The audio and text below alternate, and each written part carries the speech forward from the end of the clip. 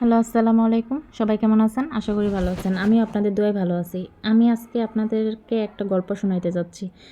গল্পটা হচ্ছে আমার গল্প। অনেকেই আমাকে প্রশ্ন করে যে সিলেট থেকে ঠাকুরগাঁও কিভাবে বিয়ে হইল? তো আমি তাদেরকে বলতে চাই যে আমাদের কিভাবে বিয়ে হইল সবকিছু আজকে আমি আপনাদেরকে খুলে বলবো। ও হচ্ছে একটা মেয়েকে কমেন্ট করছিল। সেই মেয়েটা হচ্ছে প্রবাসী ছেলে একটাকে ঘরে অনশনে গেছিল। তখন ওই মেয়েটাকে সে বাজে কমেন্ট করছিল। তখন সেটা আমার খুব গায়ে লাগছিল যে একটা মেয়েকে কিভাবে এত বাজে একটা কমেন্ট করতে পারে। তখন আমি বললাম যে আপনি কেন এই কমেন্টটা করলেন? তখন ও বলতেছে ওই মেয়েটা তো ছেলেটার যোগ্য না। ও মেয়েটাও ছিল একটু কম সুন্দর, ছেলেটা ছিল একটু বেশি সুন্দর। আমি তখন বললাম যে আসলে সৌন্দর্য দিয়ে কি সব কিছু যোগ্যতা মানে বিচার করা যায়? তাহলে ও যেহেতু মেয়েটা সুন্দর ছিল না, ছেলেটা প্রেম করলো কেন? প্রেম করছে তারপরে তো মেয়েটা আসছে, তাই না? এইভাবে দুজনের মধ্যে প্রচুর ঝগড়া হয়। ঝগড়া হওয়ার পর তখন উনি আমাকে ২ দিন পরে আবার এসএমএস দেয়। তারপরে এরকম করে দুজনে আবার এসএমএসের মাধ্যমে কথা বলতে শুরু করি। আমরা কিন্তু দুজনকে কেউ দেখি নাই ভিডিও কলে। এমনিতেই শুধু এসএমএস দিয়ে কথা বলতাম। এভাবে কথা বলতে বলতে তখন এক পর্যায়ে আসে সে আমাকে প্রপোজ করে। তখন বলে যে ওর বলে আমাকে অনেক ভালো লাগছে, এই সেই অনেক কিছু বলে। তখন আমি বললাম যে কোথায় হচ্ছে সিলেট আর কোথায় ঠাকুরগাঁও, এত দূর থেকে এত দূরে কেমনে কি? আমার দ্বারা সম্ভব না। ও তখন বলতেছে অসম্ভব বলে কিছুই নেই, সম্ভব সব কিছুই। আমরা তো বাংলাদেশের মধ্যেই থাকতেছি, বিদেশে না। তো কথা বলে দেখি আমি আমার ফ্যামিলি থেকে, আর তুমি তোমার ফ্যামিলি থেকে কথা বলো। আমি তখন বললাম যে আমি আমার ফ্যামিলি থেকে কথা বলতে পারবো না, তুমি আগে তোমার ফ্যামিলি থেকে কথা বলো, তারপরে আমি আমার ফ্যামিলিতে কথা বলবো। তারপরে দুজনের মধ্যে এইভাবে কথা বলতে শুরু করলাম। তারপরে ভিডিও কলে দুজনকে দেখলাম। ওই আমার জন্য অনেক কিছু গিফট পাঠাইলো। তারপরে সবচেয়ে বড় বিষয় হচ্ছে ওর কেয়ারিং দেখে ওর প্রেমে আমি পড়ছি।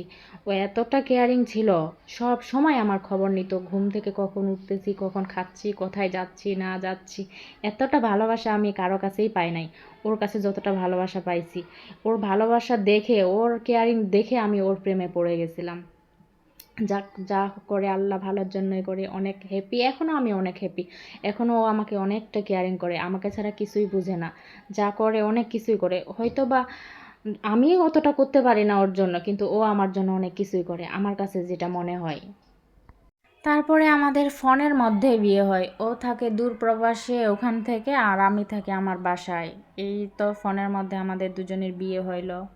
বিয়ে হওয়ার পর ৩ মাস পরে ও দেশে যখন আসে তখন কি একটা খুশি খুশি, মানে মনে হচ্ছিল যে এতটা খুশি আমি জীবনেও হই নাই, যে এতদিন পরে যে মানুষটাকে আমি কখনো দেখিই নাই সেই মানুষটা আমার হাজব্যান্ড, তাকে আমি বিয়ে করছি।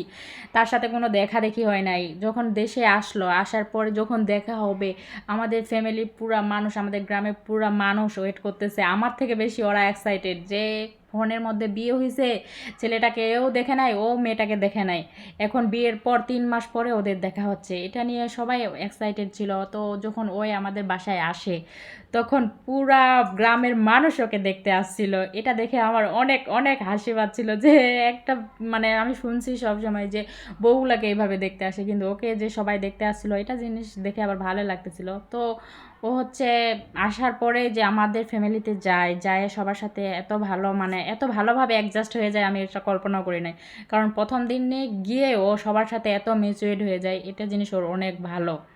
যে জিনিসটা হয়তো বা আমার মাঝে নেই, আমি হয়তো বা অতটা পারি না সবার সাথে ম্যাচিউরড হইতে, কিন্তু ও সবার সাথে অনেক ভালো ম্যাচিউরড হয়েছে। এটার জন্য ওকে আমার অনেক ভালো লাগে। তো সবাই ভালো থাকবেন, টাটা, বাই বাই।